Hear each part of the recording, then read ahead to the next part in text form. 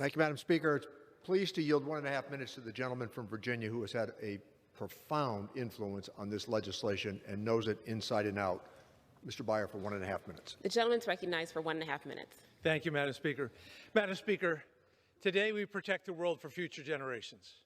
Madam Speaker, the Inflation Reduction Act will do untold good for the nation, for the American people. This is our generation's signature contribution to American history. Our Social Security Act, our Civil Rights Act, even the Bill of Rights. The act will lower health care costs, reduce prescription drug prices, and create jobs. We have emphatically put people over politics. Much like a proposal I introduced with Senators Warren and Angus King, it will actually reduce the deficit by preventing tax avoidance for the biggest corporations in this country, requiring them to shoulder their fair burden of the tax responsibility.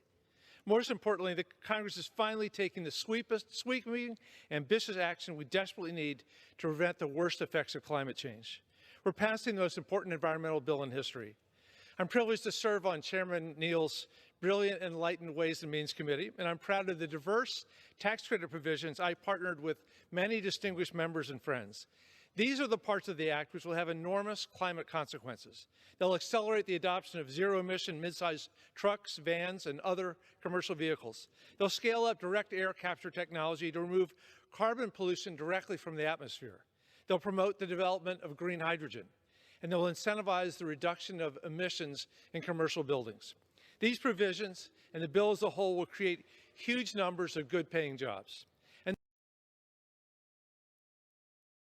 And there's the big picture. This bill will put us on the path to reduce our target emissions and actually help save the planet. Madam Speaker, I thank my colleagues for their support, and I yield back.